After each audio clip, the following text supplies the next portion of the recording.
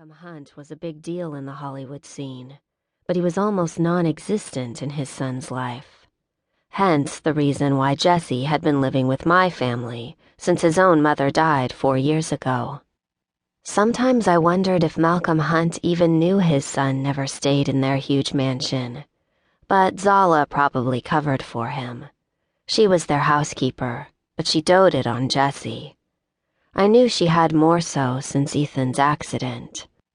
I saw her at the hospital a few times with him. I'd never admit it, but I was jealous of Jesse. I wished Zala would hug me at times, or bring me food like she did with him. "Screw this shit. Do you want to leave?" He glanced around. The corners of his eyes were stretched tight, and his frown was a fully formed scowl now. The tie he had worn had been ripped out. I saw it peeking out of his pocket. "Go where?" "To get drunk."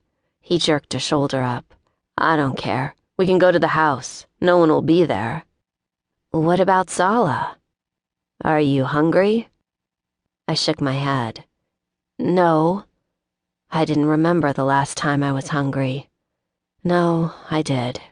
Before the accident. I wanted pizza when we went to Justin's party. Angie and I raided his family's kitchen and baked a homemade pizza. Lots of cheese.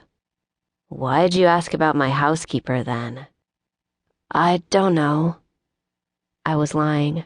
I lied to everyone now. It was second nature, though I didn't know why I had started. "Let's go. Everyone took off." I glanced towards the basement. They were serving sandwiches and potato salad, but I wondered who was ever going to eat it. Jesse was right.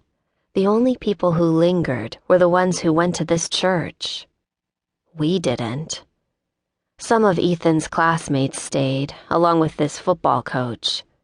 As Jesse crossed the parking lot towards his black Ferrari, there was another group that congregated around the church's picnic tables. I saw their paper plates, and a part of me relaxed. At least someone stayed for the food. For some reason, that mattered. Ethan would have wanted people to enjoy a meal for him. "Hunt!" one of the guys called out. Jesse ignored them and gestured to the door. "Get in." As I did and reached for my seatbelt, they were still watching us. One girl had stood from the table and stared at me, looking sad. She had long blonde hair and was pretty, like a real-life doll. I asked, "Who are those guys?" "No one." "Who, Jesse?" I could tell they weren't no one. "Jeremy Benson. Stay away from him. He's bad news, Alex." Nothing more needed to be said. Benson and his friends were known for drugs, boozing, and getting arrested. I was glad that Jesse had ignored him now. He drove out of the parking lot and gunned the engine. Jesse had always been a speed demon, but it was worse since Ethan's death. However, no one said anything. Jesse Hunt got away with almost anything he wanted. His dad gave enough money to the local police department, and who else would step in to stop him? Maybe Ethan, but his best friend was dead now. My brother was dead now. What's wrong? I'd never get used to it. Ethan was supposed to be next to us. No, that wasn't right either. Ethan was supposed to be where I was sitting. I should have been in the back seat, and my brother would have been lecturing Jesse on the laws, how he needed to follow the set speed limit. Jesse would ignore him, but he'd grin and slow to a more reasonable pace. Then the two would laugh about something, curse at each other, and we'd head back to my home.